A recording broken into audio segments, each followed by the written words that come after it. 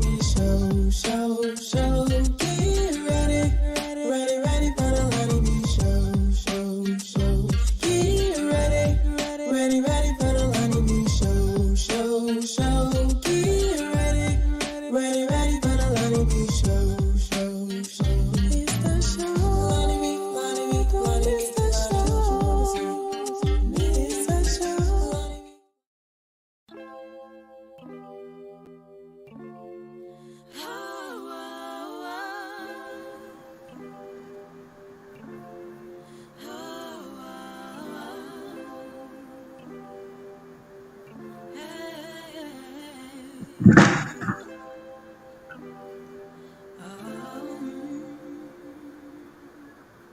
My mother told me there'd be days like this. If she were here, I know my face she would kiss. In this life we'll have our good and our bad.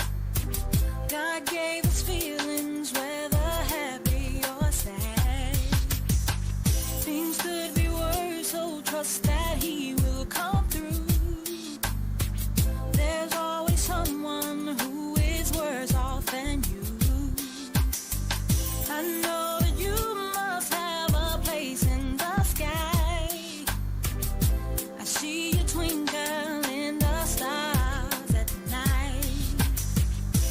God sent me an angel of mine. God sent me an angel, one of a kind. God sent me an angel, that is what you are. You're my angel watching over. How do I carry on when my strength is gone? I rest in you, 'cause when I'm with you are strong. Always remember that I am in control. Down from the body means I hold the soul. You are my love. Good morning, everyone. Thank you for tuning in to Morning Tea with LonnieB, where we share authors' motivations, books, those who have written either daily devotionals or authors who have written affirmation books. Nonetheless, it is something that will jumpstart your day just to get you started. If you watched the introduction, you would have seen that this week's vocalist is none other than Debette Draper Britton. She and I are classmates. She used to be one of the vocalists with Kirk Franklin and the Family, and she also has her own album that is out. So please follow her at Debette Draper on Facebook and YouTube, and Debette Draper, the vocalist, on Instagram. Also, this week's featured author is my good friend as well, and it is Dr. Lori Butler. She has several books out. One is called Joy Comes in the Morning, and it is available on her website at www.theloributler.com. And then we have Overcoming, which is an anthology that she was a part of as well. And you can find both of those again at theloributler.com. Reminder. This Friday, if you are available, please be sure to tune in to Morning Tea with the Kusimos. That is our Bible study where we go through 60 minutes, and my husband, Emmanuel Kusimo, actually shares and breaks the word with you. Good morning, Aunt Betty. Good morning, Miss Sarinthia. Also, Saturday at 11 a.m., please don't forget to watch Dear Life After with Rosalind Long. Dear Life After with Rosalind Long. And then on Sundays, get your week prepped and get ready for the week. Receive an inspirational word for the week by Motivation Moments by none other than Gregory Bloomfield. Now, today is National 7-Eleven Day. I don't know if they're giving away slippers today because guess what? There's not one in Dubai. So if it is, please Post it and let someone know, but go and get your free Slurpee if they are giving them away today. Also, is National State Fair Food Day. I don't know about anyone else, but all I can remember about the state fair food is the Fletcher's corn dogs and that humongous turkey leg. If you don't like state fair food, if you don't want a Slurpee, you want something cool and refreshing, it's also National Mojito Day. So go ahead and have a mojito. If you don't want to do that, then guess what? For those of us who like to shop on Amazon, it is Amazon Prime Day today and tomorrow, where they have tons of discounts. Trust me, I've already been there, so I can tell you. They have tons of discounts. And then last but not least is my favorite, as it is emphasis and it's highlighting my Zion, my puppy, my love. It is All American Pet Photo Day. So for those of us who have pets and we love them, please post a picture of your pet on social media. Let us know. You never know who you might cheer up, because today is also Cheer Up the Lonely Day. So if any of you are lonely or you know someone who's lonely, just call, say something funny, cheer them up today. I promise you, you'll make their day. So let's go ahead and get into the word for today. Good morning, Tony. How are you? I need to talk to you also. Let's go ahead and get into the word by Dr. Butler. Today is when you meet grief. When you meet grief. And it comes from Lamentations 3:31 through 32. And it reads, "My Lord definitely won't reject forever. Although he has caused grief, he will show compassion in measure with his covenant loyalty." Even though you're experiencing grief, or you may have experienced grief, we all know that God, according to his word, he shows compassion in measure with his covenant loyalty. Each one of us will meet grief at some point in our lives. The question remains, which type of grief will present itself? Most people consider the worst type of grief as being the loss of a child, as it is unnatural for a parent to outlive their child.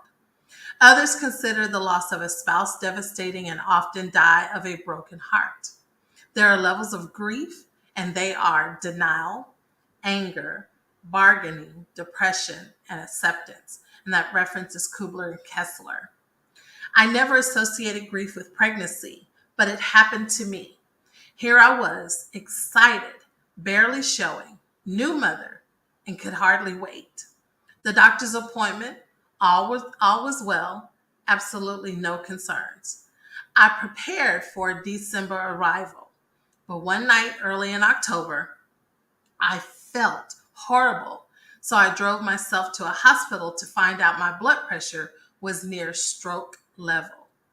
Pregnancy-induced blood pressure is called preeclampsia. I was 27 weeks.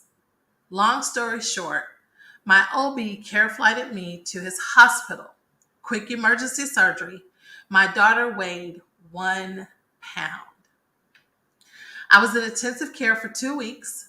My daughter was in NICU for 72 days with health issues from a premature birth. Ultimately, I left the hospital without my daughter. I have lost both parents, several close friends, and experienced intense levels of grief. This grief is different, as there was no involvement, participation, and normalcy. As a new parent, traditional transition into parenthood had been stripped away from me. It is okay to grieve. God's word is never void. Joy comes in the morning. So when we talk about grief, grief comes in so many different ways. You know, when we hear the word grief, we automatically think death, right? We think death, loss of a loved one, as Dr. Butler said in here. But there's also other griefs. There's grief when someone disappoints you that you've had a long-standing relationship with, whether it's family, friend, or foe, and they do something that disappoints you. That causes grief of a broken heart, because you go through the processes. Because if you remember, she said in here that there are stages of grief. There's the denial, there's anger, there's the bargaining, there's the depression, and the acceptance. And if we think about it, we all go through that. First, we deny that it really happened to us. No, that didn't happen. They didn't do that to me. She didn't say that. She didn't say that about me. Then you get mad because you really realize that it was said or it was done to you. And then you start saying, well, what could I have done different? You bargain. What could I have done different? What could I have said? Could I have said something? Could I have done something? What is it that could have really been done? And then you find out that because that heartbreak or that disappointment or the fact that something was done to you that you would not have ever done to them, it leads you to a depression because you feel a void, because that was a relationship, that was something that was established, that was something that you had a tie to. I didn't say soul tie. I said that you had a tie or a connection to. So it sends you through that void, sends you through a space of a, a point of depression. And then once you go through all that, you've isolated yourself, you've separated yourself from other people who care about you, who haven't done anything to you. And it's not until you come to accept what has happened. It's not until you come and accept what has happened. It's not you come and accept that this person is no longer there or this thing is no longer there or it is a total complete absence. And you learn to hold on to the good memories and not that one memory that destroyed the relationship. Hold on to the good memories and not that one. And that's for me, I think, when you go through the grief and you go through the grief process, when it is something that has been done to you and you go through the grief, when you learn to accept, it makes it easier for you to forgive. It also makes it easier for you to just move forward, to press forward. The same with the lost one. You never forget the memory of the lost one. You never forget the presence. You never forget how they made you feel. You never forget the quirky comments. You never forget those things. So their memory lasts on forever. But what you do miss is the absence of their physical being. So grief is very hard. I remember when my mother passed away, I did not grieve until actually it was almost a year later. And I never forget, I was sitting in my bathroom in my mirror and I was actually pressing my hair. And all of a sudden it hit me. I was like, oh my God, I am just now grieving a year later. So there's not a time limit on grief. But even in that, I still had to go through the phases because now the reality had set in that she is no longer there. And I think what kind of triggered it was because I had anyone who knows my mother knew that every birthday she would call and she would sing happy birthday to you. And I remember having to get a new cell phone and I lost all of those recordings that she had done, not knowing how to download and put stuff in the cloud. I just didn't, as long as it rang, it was good. But just imagine having to relive that whole situation a year later. But I can tell you that I hold on to the memories. I hold on to everything that was good, bad, or indifferent. And it's okay. But the thing of it is that grief comes and it's not something that any of us will ever be able to avoid. But what remains is that God will give us, extend the compassion. He will hold us dear to his heart. He will wrap us in his loving arms and help us through the process. Notice I said the word through. It's something we will have to go through. We can't avoid it. We have to go through it. So Dr. Lori, thank you for that word today. Grief. Today is National Lonely Day. Someone may be lonely that because of the loss of someone that they love near and dear. Someone may be at a loss, maybe lonely or grieving because of a broken relationship, a long-term relationship, or the absence of a child. You never know what it is, but whatever it is, if you know someone who's going through grief, please put them on your heart. Write them in your book of prayers. Pray for them. And always reach out to them. And when I say reach out to them, y'all, don't text. To me, text is so impersonal, and it's so impersonal in certain situations. Sometimes it takes us picking up the phone, something we don't like to do, because we want to just insert people when it's convenient for us. But sometimes you have to sacrifice. The same way you would want someone to sacrifice for you when you're going through something, be that same person that sacrifices for them. We're in a world and a time where everything, and so many of us are selfish, and it's all about I. But that was not the God that we serve. That was not the God that we say and profess that we love, and we're doing things with the mind of Christ. He sacrificed himself for us. Who have you sacrificed yourself for? Who have you really sacrificed? And I'm not talking about sacrificing financially, I'm not talking about sacrificing by material things. I'm talking about sacrificing, laying your life, setting your life aside to be there for someone, just as Christ did for us. Until you've done that sacrifice, then it's hard to really express to someone that you understand what grief is, because you know what? Grief is also dying to yourself. So just keep those things in mind today as you go through the day. Today was about grief. When grief comes, it's a difficult subject, but it's a conversation that has to be had. And don't avoid people when they're grieving. But also don't sit here and say, I'm sorry, or don't offer the cliche words of condolences. Sometimes people just want you to help them be normal in their not normal. Help people be normal in their not normal. So anyway, that is all I have for today. I think a lot of us that are in the kingdom, that are seeking God, we are in a position where we are dying to ourselves daily in different situations. Every day you wake up, God is going to show you a different way to die to yourself. It's not until you die to yourself that you can live for others. Catch that later. Chew on it later. It's not until you die to yourself that you can live for others. So anyway, that is all that I have. Good morning, Rosalind. Good morning, Gajetta. Good morning, Faye. I love you all. Today is an amazing, amazing day. I have such a peace in me that is unexplainable. I cannot tell you how good God is in the midst of the storms, how good God is. And that's where we have to get to. Because when we get to that, and when we finish and we come out of that storm, then we have our dear life after.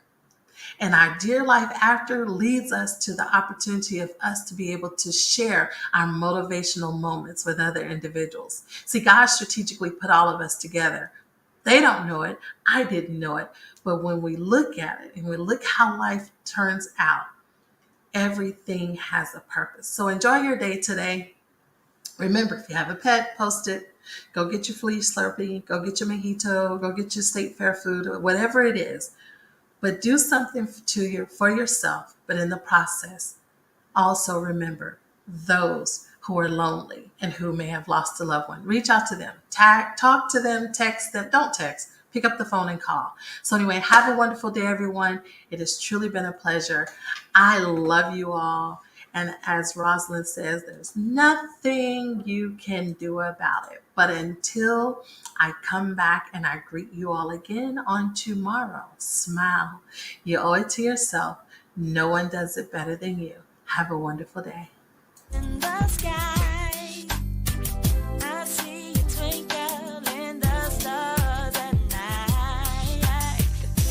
God sent me an angel of mine. God sent me an angel, one of a kind. God sent me an angel, that is what you are. You're my angel watching over. By an angel, touched by an angel. I've been touched. You comfort me. I've been touched by an angel. Just like you said.